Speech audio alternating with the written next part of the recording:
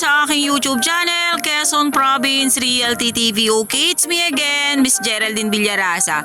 Andito pa rin po ako sa bayan po ng Dilgallego, Camarines Sur. Meron pa rin po akong ilolocate na isang property. Siya po ay 4.8 hectare. Then siya naman po ay along Barangay Road. Yan pong natututukan na yan ng aking camera. Yan po ay Barangay Road. Nga lang, dito po sa papunta sa property ay hindi pa po siya sementado. Pero mula po dun sa may mga taong yon, sementado na po talaga ang kalsada dyan. Hindi lang po na ituloy dito sa papasok dito sa property. Iilang hakbang na lang naman po ang hahakbangin natin papunta po dun sa cemented road. Mula naman po dun sa National Highway hanggang dito po sa property ay nasa 10 kilometers po ang layo niya. Ano po? Then napakaganda po ng kalsada dito kasi halos lahat po siya ay sementado. Okay po, tara po at papasukin po natin yung 4.8 hectare ng Dilgallego, Camarines Sur. Ito na po yung property.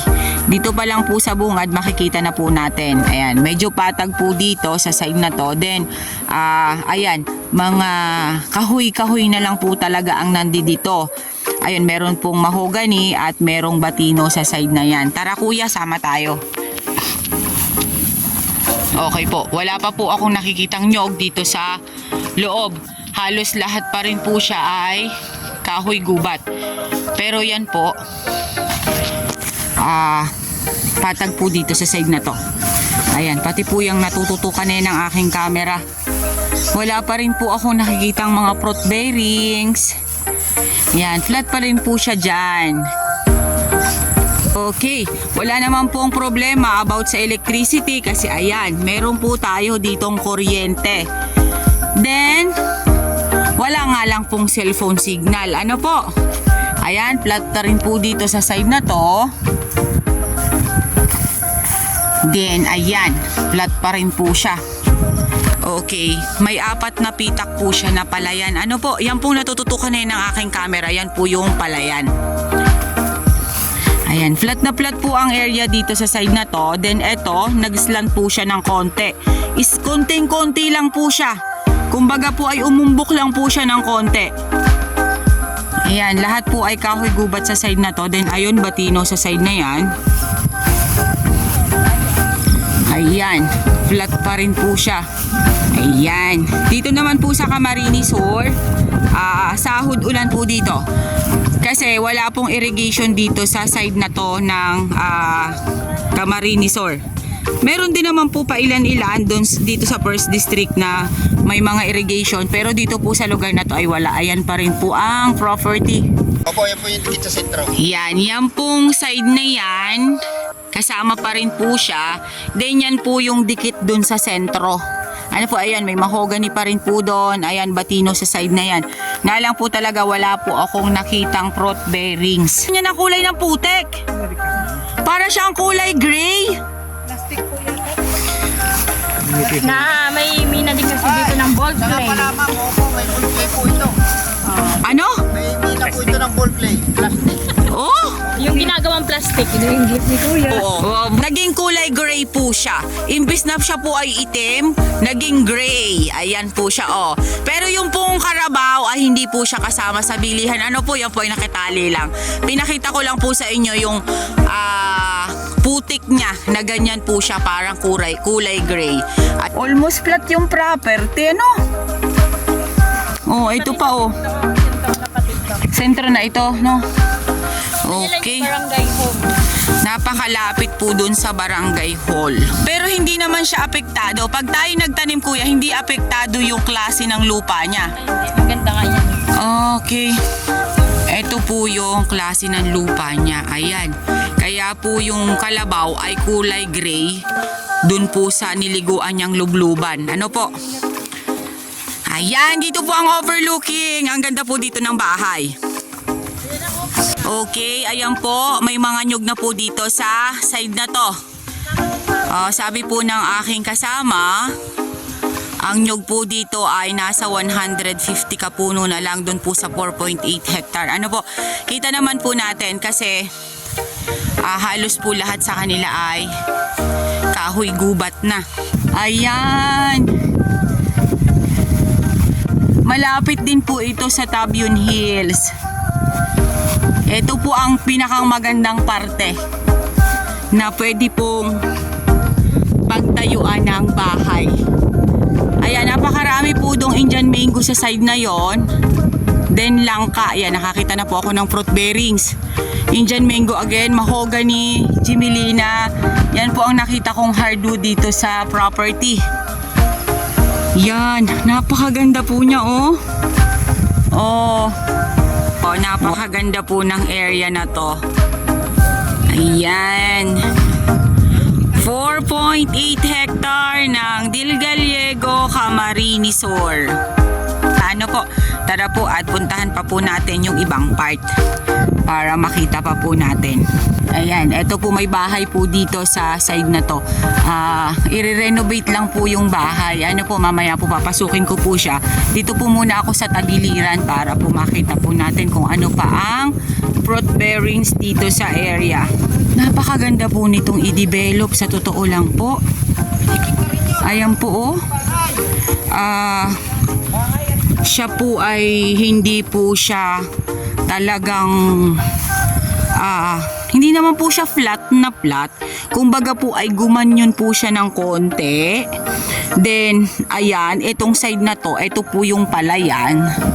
Yan, yung side na yan. Then kalawakan pa rin po yung part na yan. Then ang kinukuhanan po nila dito is bukal. Kinukuhanan ng tubig. Ayan, ang ganda po nung property, oh. Wow. Napakaganda po nitong taniman. Napakaganda po nitong i-improve, sa totoo lang po. Papasukin po natin yun dun sa may bahay. Ano po?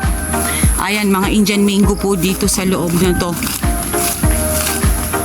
Okay. Ito po yung bahay. Siya po ay i-renovate lang natin. Ayan, may mga kalamansi po dito sa side na to.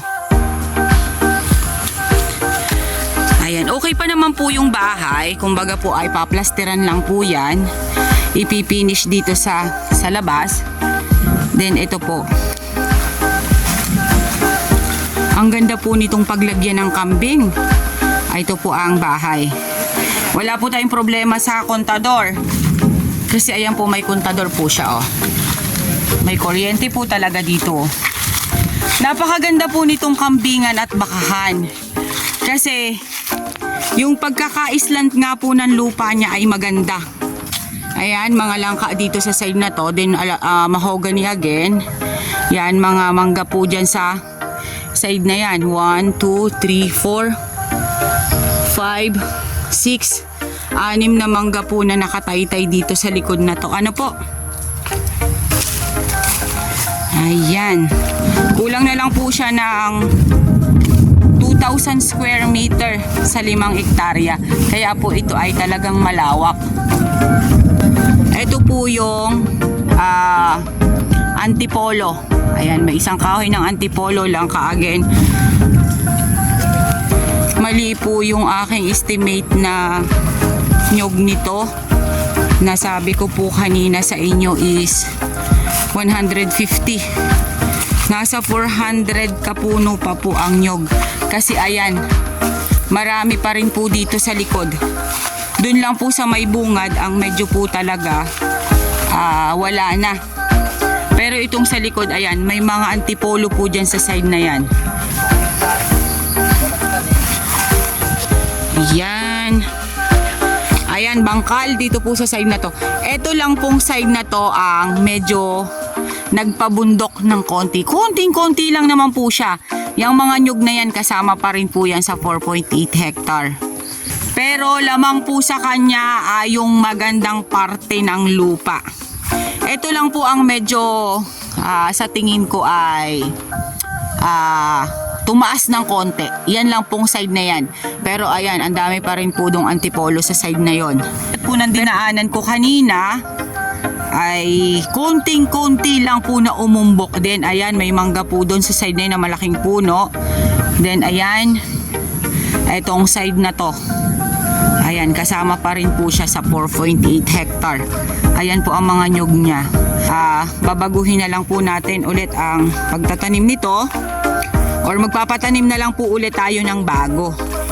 Para po yung mga nyog na yan ay kumbaga hindi na siya namumunga ng active, may kapalit na po ulit siya ng mga bagong tubo ng nyog siya. Tapos ito pong property ay malapit na malapit po sa sentro.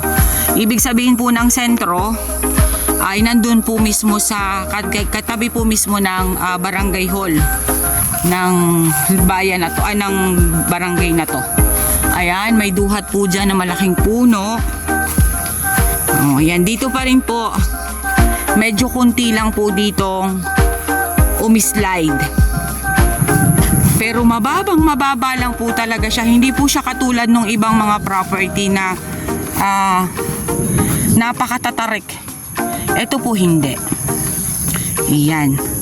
Ayan, yan pa rin po. Kasama pa rin po yan. Maganda pong mamunga yung mga nyog. Ayan po. Malalaki po yung kanyang buo.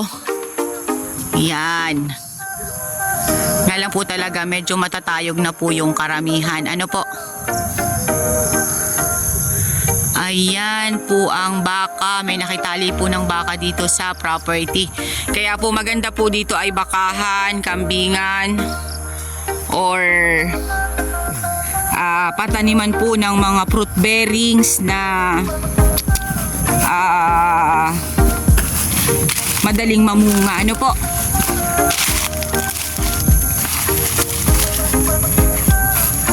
Papasok pa po ako ng konti dun sa loob na yon. Sabi naman po sa akin nung pinagkatiwalaan ng may-ari, madali po ditong kumuha ng tubig. Magtuso ka lang po, yung ibinabaon na tubo, meron na po agad na bukal.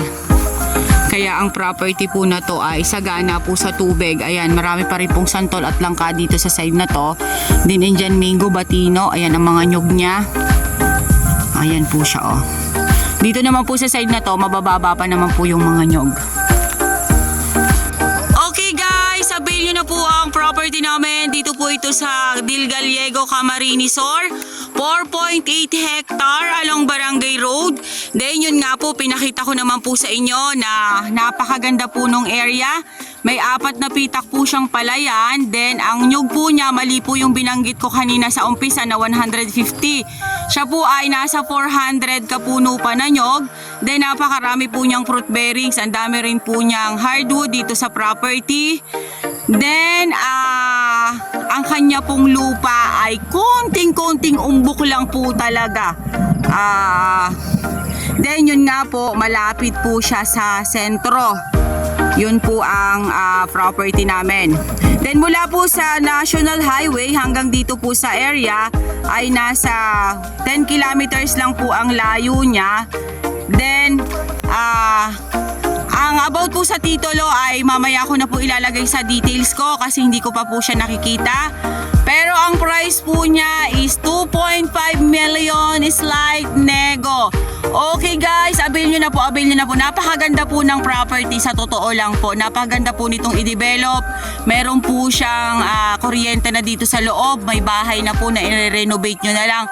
Okay po, once again po ako po ulit ang inyong site locator, si Miss Geraldine Villarasa. Muli po ako maglalambing. Pa-like and share po ng aking mga vlog and pa-subscribe na rin po ng aking YouTube channel, Quezon Province Realty TV. Okay po, thank you for watching. Wow, ganda!